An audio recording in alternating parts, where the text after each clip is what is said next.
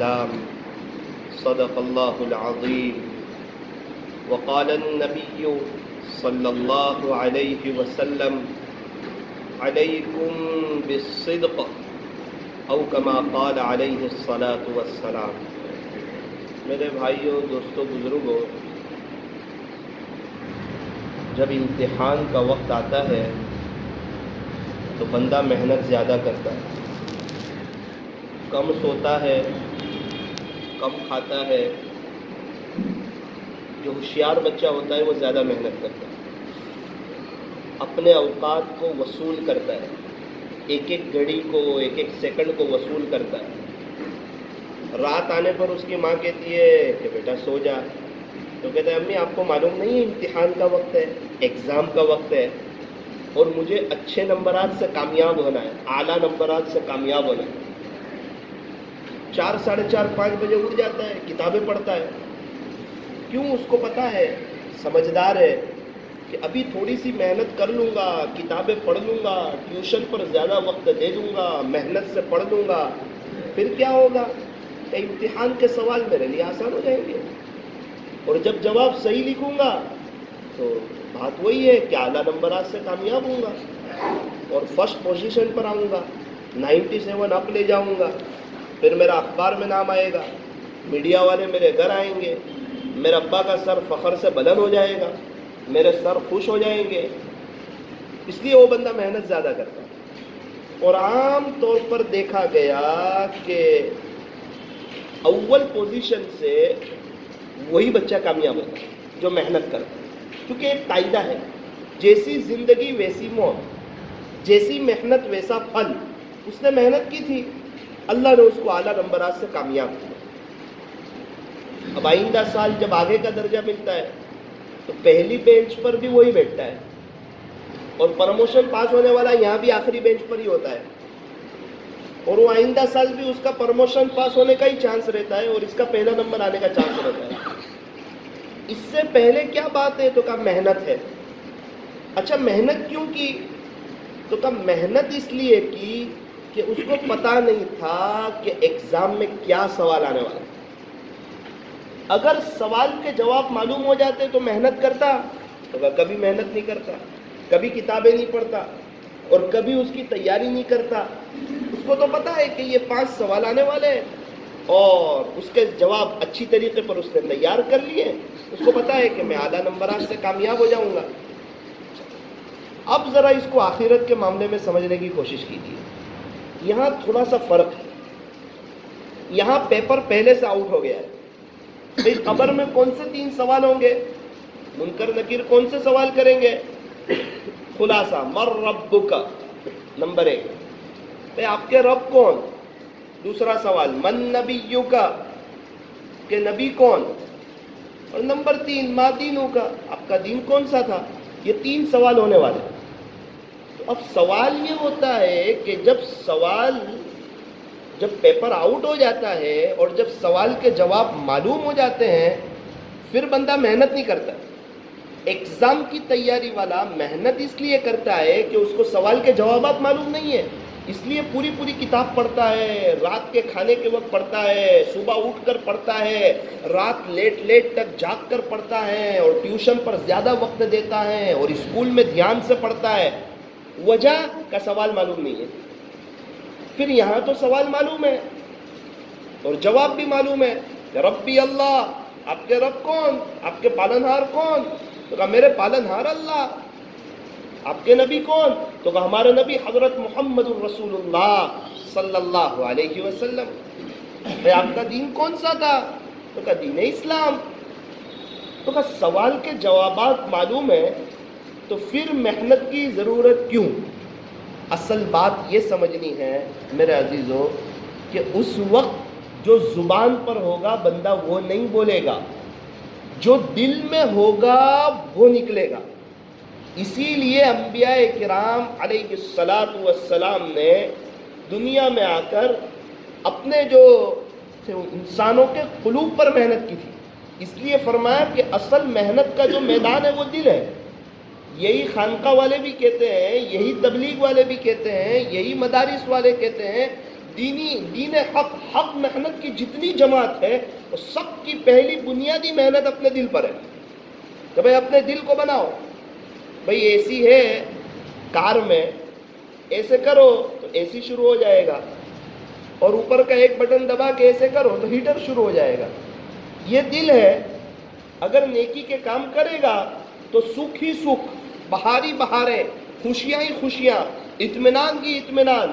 اور جس کے تعلق عرش والے سے مضبوط ہو، فرش والے اس کا کچھ بگاڑ نہیں سکتے. پھر اس کا یقین مضبوط ہوتا ہے، پھر وہ کسی سے ڈرتا نہیں، کسی سے خوف کھاتا نہیں، ہاں اپنے آپ کو کسی سے بڑا سمجھتا بھی نہیں. اور لیکن بات یہ ہے کہ وہ ڈرتا اللہ سے ہے، اس کو جو خوف ہوتا ہے وہ اللہ کا ہوتا ہے، اس کو اللہ کی طاقت کا اور اللہ کی قدرت کا اور اللہ کی کبریائی کا اور اللہ کی وحدانیت کا اور اللہ کے خزانوں کا اور اللہ کی طاقت کا اسے پتہ ہوتا ہے کہ اللہ اپنی پوری طاقت کے ساتھ ہے، اللہ اپنی پوری قدرت کے ساتھ ہے. وہ اللہ اکبر خوب منہ بھر کے پڑھتا ہے کہ اللہ سب سے بڑا ہے. اللہ کیسی طاقت والا، کیسی قدرت والا. ایک طرف تو فرعون ہے اور فرعون کا لشکر ہے، اور دوسری طرف موسیٰ علیہ السلام ہے اور موسیٰ علیہ السلام کے ساتھ چند مسلمان ہیں. ان کے پاس ظاہری اعتبار سے بطور خاص کوئی سامان نہیں ہے، ہاں یہ سب کا تعلق اپنے اللہ کے ساتھ، خالق کے ساتھ، مالک کے ساتھ، اپنے پالنہار کے ساتھ مضبوط ہے. پھر کیا ہوتا ہے؟ ایک ہی راستہ ہے، موسیٰ علیہ السلام اپنے لشکر کے ساتھ گزر جاتے ہیں، اور وہی راستہ ہے فرعون اپنے لشکر کے ساتھ مع ساز و سامان کے اسی میں غرق ہو جاتا ہے. کیا بات ہے؟ تو کہ یہ اللہ کی طاقت ہے، یہ اللہ کی قدرت ہے. پھر اللہ کی مدد، تو کہ ان کے پاس ایمان مضبوط تھا، اپنے اللہ کو پہچانا تھا، اور ہمیں یہی کہا وَأَنْتُمُ الْأَعْلَوْنَ إِن كُنتُم مُؤْمِنِينَ. یہ قرآن کریم کا فیصلہ ہے. اپنے بس کی محنت اور چیز ہے، لیکن سب سے پہلی محنت اپنے تعلق کو اللہ کے ساتھ ٹھیک کرنا. ابھی کیا ہو رہا ہے بھائی؟ ہمارے گھر میں لائٹ ہے، پنکھا ہے، بجلی ہے، اے سی لگا ہوا ہے. ارے مولانا نہ پنکھا شروع ہو رہا ہے، نہ بجلی شروع ہو رہی ہے، نہ اے سی شروع ہو رہا ہے. سب لگایا ہوا ہے، خرچہ کیا ہوا ہے. کیا کریں؟ تو سوئچ چینج کر لو. بہت کوشش کی، بنائی سوئچ. کتنے کی ہے؟ کہ 20 روپے والی ہے. 50 روپے والی ڈالی، پھر بھی چالو نہیں ہو رہا ہے. 100 روپے والی سوئچ ڈالی، پھر بھی شروع نہیں ہو رہا ہے. 500 روپے والی سوئچ ڈالی، پھر بھی شروع نہیں ہو رہا ہے. ایک ماہر شخص کو بلایا، اس نے کہا بھائی صاحب سوئچ کا پرابلم نہیں ہے، سوئچ تو 2 روپے کی ہوگی نا تو بھی کام چل جائے گا، اور اتنا سب خرچہ کرنے کی بھی ضرورت نہیں ہے. پھر تو کہا وہ مین سوئچ ہے نا، صرف اس کا وائر جل گیا ہے اور وہ صرف 5 روپے کا آتا ہے. پرابلم مین سوئچ میں. اب کیا کر؟ بس وہ وائر ڈال دے، باقی یہ سب شروع ہو جائے گا. یہاں بھاگ رہا ہے، وہاں بھاگ رہا ہے، سکون کے لیے، امن و امان کے لیے. یہاں جا رہا ہے، یہ کوشش کر رہا ہے، وہ کوشش کر رہا ہے. حالانکہ اللہ کے ساتھ کا جو کانٹیکٹ ہے نا، اس کا وائر جلا ہوا ہے گناہوں کی وجہ سے. اب کیا کر؟ تو 5 روپے کا بھی خرچہ نہیں ہے. سچے دل سے نادم ہو جا، اور یہیں بیٹھے بیٹھے ابھی کہہ دے اللہ میری توبہ ابھی سن لے گا، ابھی معاف کر دے گا. وہ تو بڑا کریم ہے. میں بھی دل سے کہوں، آپ لوگ بھی دل سے کہیں، الندم التوبہ، دل کی ندامت بھی توبہ ہے. اور اللہ کے دین کی محنت کرتے ہوئے اپنے آپ کو آگے بڑھائیں، نیک اعمال کرتے ہوئے اپنے آپ کو آگے بڑھائیں. یہ بڑے مبارک مہینے چل رہے ہیں، رجب کا مہینہ، شعبان کا مہینہ. اللہم بارک لنا فی رجب و شعبان. اے اللہ رجب اور شعبان میں ہمارے لیے برکت عطا فرما. اللہ اکبر کبیرہ. وقت کے نبی برکت کی دعا کر رہے ہیں رجب کا چاند دیکھنے کے بعد. ہمیں فرمایا کہ رجب اور شعبان کے مہینے میں اس دعا کا خاص اہتمام کرنا چاہیے. کبھی کبھار پورا دن گزر جاتا ہے، ہمیں یہ دعا پڑھنے کی توفیق نہیں ہوتی. کیا اچھا ہو کہ رجب اور شعبان کے مہینے میں ہر نماز کے بعد 3 مرتبہ پڑھ لیں. آج ہمیں برکت کی ضرورت ہے. برکتیں نہیں ہیں اس لیے پریشانی ہے، برکتیں نہیں ہیں اس لیے بے چینی ہے. برکت آئے گی تو خوشیاں آئے گی، پریشانیاں ختم ہوگی. اور پھر آقا کیا دعا کر رہے تھے رجب کا چاند دیکھ کے؟ وَبَلِّغْنَا رمضان. ہو ابھی تو پورے 2 مہینے باقی ہے. رمضان کی فکر شروع، رمضان کی دعا شروع. اللہ رمضان تک پہنچا دینا، خیر و عافیت سے رمضان تک پہنچا دینا. تو رجب کا مہینہ شروع ہوا. اس سے پتہ چلا کہ رمضان کی اصل تیاری وہ رجب کے مہینے سے شروع کر دینی چاہیے. ورنہ کیا ہوتا ہے کہ لاک ڈاؤن بھی اگر ہو، وقت ہی وقت ہو، پھر بھی سماچار دیکھنے کا وقت ملے گا، اللہ کا قرآن پڑھنے میں دل نہیں لگے گا. وہ ماحول ہی تیار نہیں کیا ہے، وہ پریکٹس ہی نہیں کی، وہ اپنے آپ کو تیاری نہیں کیا اس کے لیے. شادی کے لیے انسان تیاری کرتا ہے، حج میں جانا ہو تو بیگ کی تیاری کرتا ہے، چلے میں جانا ہو تو کتنے دن پہلے تیاری کرتا ہے، ممبئی جانا ہو تو کتنے دن پہلے تیاری کرتا ہے. اور رمضان آ رہا ہے اور آقا رجب سے دعا کر رہے ہیں. وہ پیارے نبی، وہ لاڈلے نبی، وہ اللہ کے آخری نبی، وہ خاتم النبیین، آپ کا مرتبہ اتنا اونچا، آپ اتنی فکر کریں رمضان کی، اور رجب آنے پر ہمیں رمضان کی کوئی فکر نہیں. یہ جب گزشتہ سال لاک ڈاؤن تھا تو وقت ہی وقت تھا، فرصت ہی فرصت تھی، اللہ نے سب کا امتحان لے لیا. تم کہتے تھے نا رمضان میں ہمیں ٹائم نہیں ملتا، ہم بزی ہوتے دکان پر، جاب پر. تو ایک رمضان ایسا دیکھ لیا کون کیا کر کے آیا. ایک ساتھی ملے، کہا کہ 32 مرتبہ پورا قرآن پڑھا. ہمارے ایک ساتھی نے 17 مرتبہ پورا قرآن پڑھا. ایک امام صاحب ملے، کہا 32 مرتبہ پورا قرآن پڑھا. کیا بات ہے؟ تو مولانا رمضان، لاک ڈاؤن، فری وقت، جس کی تمنا کرتے تھے وہ آ گیا تھا. اللہ امتحان لے رہا تھا کہ تم کیا کر رہے ہو. تو میرے عزیزو، وہ تو ایک وقت آیا تھا، وہ وقت آ کر گزر گیا. اور اس وقت نے یہ بات اچھی طریقے پر سمجھا دی کہ ہمیں عبادت کے لیے فرصت کی نہیں بلکہ توفیق کی ضرورت ہے.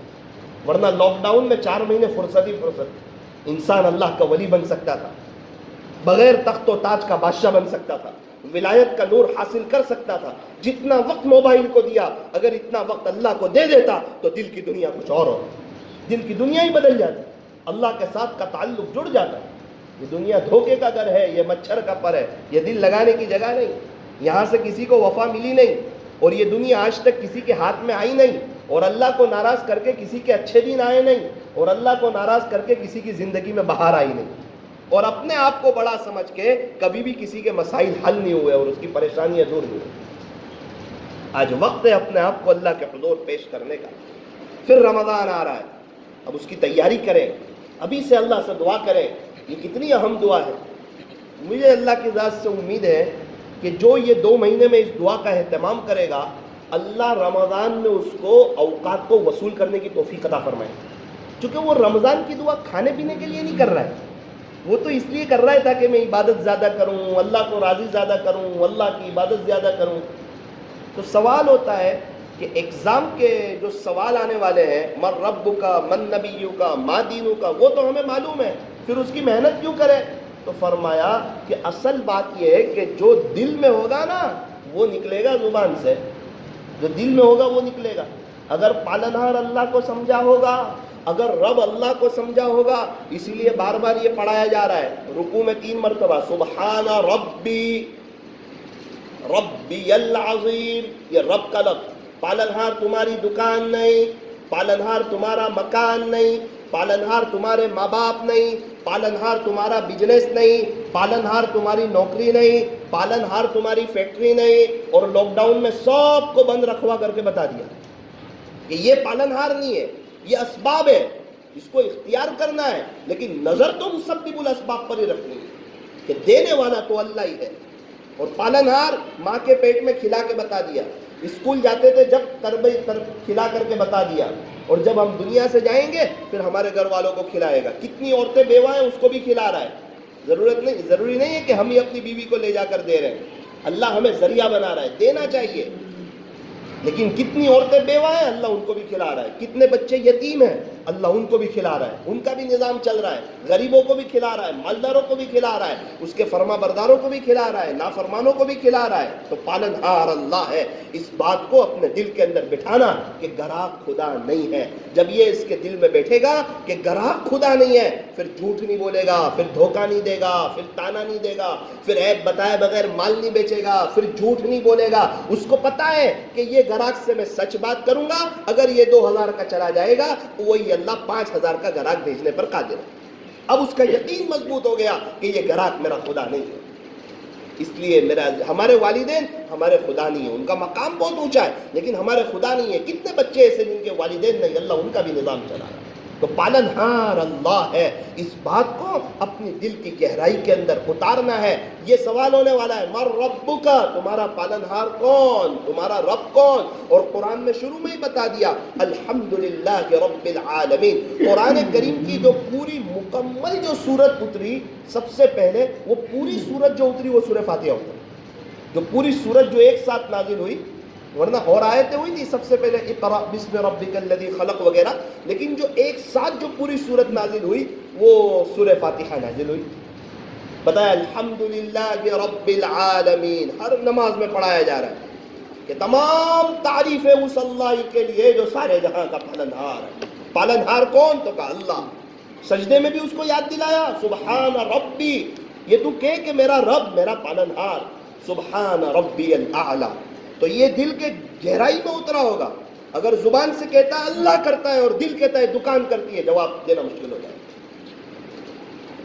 زبان کہتی ہے اللہ کرتا ہے اور دل کہتا ہے فلاں کے واسطے سے ہوگا، نہیں، اللہ ہی کرتا ہے۔ وہ کوئی بھی سبب بنائے وہ اس کی اپنی مرضی، وہ کوئی بھی سبب بنائے، کبھی ایک سبب بن ہوتا ہے، اللہ ہزاروں سبب کھول دیتا ہے۔ وہ اس سبب کا محتاج نہیں کہ ہمیں اسی سبب سے دے گا، یہ تو ہم نے اپنے اعتبار سے اختیار کیا ہے۔ اللہ چاہے تو اس سبب سے دے، اللہ چاہے تو کہیں اور سے دے، لیکن میرے عزیزو ہمیشہ حلال سے لینا، حرام سے نہ لینا، جھوٹ بول کر کے نہ لینا۔ تو یہ جواب کون دے سکے گا؟ فرمایا جو اللہ کے حکموں پر چلے گا، جو اللہ کو راضی کرے گا، وہ اس کا جواب دے سکے گا کہ میرے رب اللہ ہے۔ دوسرا سوال، من نبیک، آپ کے نبی کون؟ تو کون جواب دے سکے گا؟ ہم کو تو پتا ہے جواب، تو اس وقت تو جو دل میں ہوگا وہ نکلے گا، جو ہمارے نبی کے طریقوں پر چلا ہوگا، جو یہودیوں کے، عیسائیوں کے، غیروں کے، غیر مسلموں کے، کرکٹروں کے، ہیرو کے طریقوں سے بچا ہوا ہوگا۔ اور ہمارے نبی ہمارے ہیرو ہیں، ہمارے نبی ہمارے آئیڈیل ہیں، اور آپ کی زندگی ہمارے لیے نمونہ ہے۔ لقد کان لکم فی رسول اللہ اسوۃ حسنہ، جو ہمارے نبی کے طریقوں کے مطابق چل کر کے آئے گا وہ اس کا جواب دے سکے۔ اور ہماری آج بہت بڑی کمی ہے، بڑا معذرت کے ساتھ عرض کروں، کیا دیندار، کیا بے دین، کیا سمجھدار، کیا ناسمجھ، کیا پڑھے لکھے، کیا ان پڑھ، کیا دعوت کے کام سے جڑے ہوئے، کیا دعوت کے کام سے نہ جڑے ہوئے، کیا اللہ والوں سے جڑے ہوئے، کیا اللہ والوں سے نہ جڑے ہوئے، کیا مدارس سے جڑے ہوئے، کیا مدارس سے نہ جڑے ہوئے۔ ہمیں ہمارے نبی کے طریقوں کا ہی پتہ نہیں، ہمیں ہمارے نبی کے طریقوں کا نہیں پتہ۔ سنتیں کیا ہے تو کہ وہ نہیں پتہ، نماز کی 51 سنت تو کہ وہ نہیں پتہ، جاننے کی کوشش تو کہ نہیں کر رہے، غسل کی سنت تو کہ نہیں پتہ، وضو کی سنت تو کہ نہیں پتہ، 18 سنت کیا ہے تو کہ نہیں پتہ۔ تو نہیں سیکھ سکتا ہے، کیا تیرے پاس وقت نہیں ہے، کتب کھانے یہاں نہیں ہے تو کہا ہے، کتاب کتنے کی ملتی ہے تو کہا 15-20 روپے کی، لیکن سنت کو سیکھنے میں اس کو کوئی دلچسپی نہیں۔ سن رہا ہے ایک وقت سے، ایک مدت سے، اور کہتا بھی ہے کہ سنت میں 100% کامیابی ہے، لیکن سنت کیا ہے اس کو وہی معلوم نہیں۔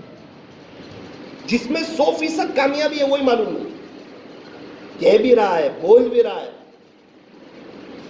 سیکھ نہیں رہا ہے، کوشش نہیں کر رہا ہے۔ میں ایک مشورہ دینا چاہتا ہوں، اگر دل پر لگے تو لے لینا وہ کتاب، زندگی میں بہار آ جائے گی، استحضار نصیب ہوگا۔ اور جو دوسرے طریقے پر 10 سال میں جو اللہ تک پہنچیں گے وہ یہاں 10 دن میں پہنچ جائیں گے، چاہے جس شعبے سے جڑے ہوئے۔ کیا کرنا؟ کہ 3 کتابیں خرید لینا۔ نمبر 1، پیارے نبی کی پیاری سنتیں، ایک طرف مت رکھ دینا، اس کی قدر کرنا، اس کو پڑھنا۔ اللہ مجھے بھی توفیق عطا فرما۔ کتنے روپے کی کتاب ہے؟ کہ 10، 15 یا 20، اس سے زیادہ کی نہیں ہوگی، 20 روپے سے زیادہ کی نہیں ہوگی۔ اس میں آپ کو یہ وضو کی سنتیں، نماز کی سنتیں، یہ سب ملے گی۔ پھر ہماری آنکھ کھلے گی، او اتنی سب سنتوں پہ عمل کر رہا ہوں، مجھے پتہ ہی نہیں ہے، استحضار ہی نہیں ہے، یہ تو میں میرے نبی کے طریقوں پر عمل کر رہا ہوں، وہ پتہ ہی نہیں ہے مجھے، میرے نبی کی نقل اتار رہا ہوں۔ پھر استحضار نصیب ہوگا، اللہ والوں کو استحضار نصیب ہوتا ہے۔ دوسری کتاب ہے علیکم بسنتی، اس کو دل پر لے لینا، دل پر، اور پڑھ لینا۔ ابھی ایک شخص کی زندگی سفر میں دیکھا بہت سنتوں کے قریب ڈھلی ہوئی، کیا بات ہے؟ کہ مولانا یہ 2 کتاب میرے پاس ہے، علیکم بسنتی اور اسوہ رسول اکرم صلی اللہ علیہ وسلم، کئی دفعہ اس کو پڑھ لی، زندگی میں بہار آ گئی۔ آج میں بہت خوشحال ہوں, میرے دل میں سکون ہے.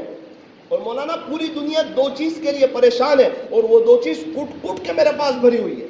وہ کون سی دو چیزیں؟ کہ میرے پاس الحمدللہ سکون بہت ہے, اس کا احسان ہے, اور دوسرا میرے پاس برکتیں بہت ہیں. میں کس نے مشورہ دیا؟ کہ میرے شیخ حضرت مولانا خلیل الرحمن سجاد نعمانی صاحب دامت برکاتہم سے میں نے پوچھا, حضرت کوئی نصیحت کر دیجئے, میں آپ کا مرید ہوں.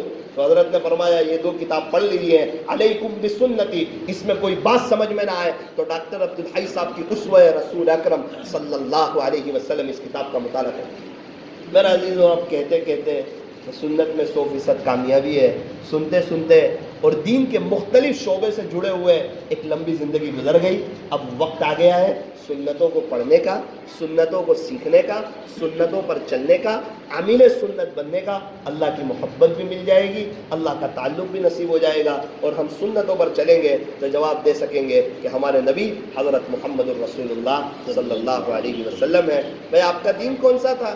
تو کہ جو اسلام کے مطابق اپنی زندگی گزارے گا, اسلام مذہب سے جس کو محبت ہوگی, اسلام کے طریقوں کے مطابق چلے گا, شریعت و سنت کے حدود میں چلے گا, وہ جواب دے سکے گا کہ میرا دین دین اسلام. اور جو شخص یہ جواب دے دے گا وہ تو پھر بڑے ہی کامیاب مرحلے میں داخل ہو جائے گا. تو اس لیے میرا عزیزو, ہمیں تیاری یہ کرنی ہے کہ یہ ہمارے دل کے اندر اتر جائے, اور ہم اللہ کے حکموں پر چلیں, اور ہم ہمارے نبی کے طریقوں پر چلیں. اور تیسرا یہ ہے کہ دین اسلام کو ہم سمجھیں یہ کیا ہے, اسلام پھیلا کیسے ہے, وہ اچھے اخلاق سے پھیلا ہے, وہ اچھے اخلاق کو اپنائیں. مسکراتا ہوا چہرہ, میٹھی زبان, ٹھنڈا دماغ, معاف کر دینا, سہ جانا, برداشت کرنا, جو برائی کا معاملہ کرے اس کے ساتھ اچھائی کا معاملہ کرنا, جو توڑے اس کے ساتھ جوڑنا. اللہ پاک ہمیں عملی زندگی بنانے کی توفیق عطا فرمائے. یہی ساری چیزوں کو سکھانے کے لیے اللہ کے راستے میں نکالا جاتا ہے کہ بھائی اللہ کے راستے میں نکلو, مسجد کی چار دیواری میں رہو, اللہ کے راستے میں وقت لگاؤ, اور کئی دن اب مسجد میں گزارو, اور اپنے تعلق کو اللہ کے ساتھ مضبوط کرو. تو بتاؤ کون کون ساتھی 4 ماہ اللہ کے راستے میں وقت لگانے کے لیے تیار ہے؟ اپنی ترتیب بنا کر, ضروری نہیں ہے کہ ابھی جانا ہے, دل میں آ رہا ہے انشاءاللہ میں جاؤں گا, اپنی ترتیب بنا کے جاؤں گا. میرا معاملہ اللہ کے ساتھ ہے, مجھے دیکھ رہا ہے اللہ, اور مجھے جانا ہے, یہ میرا ارادہ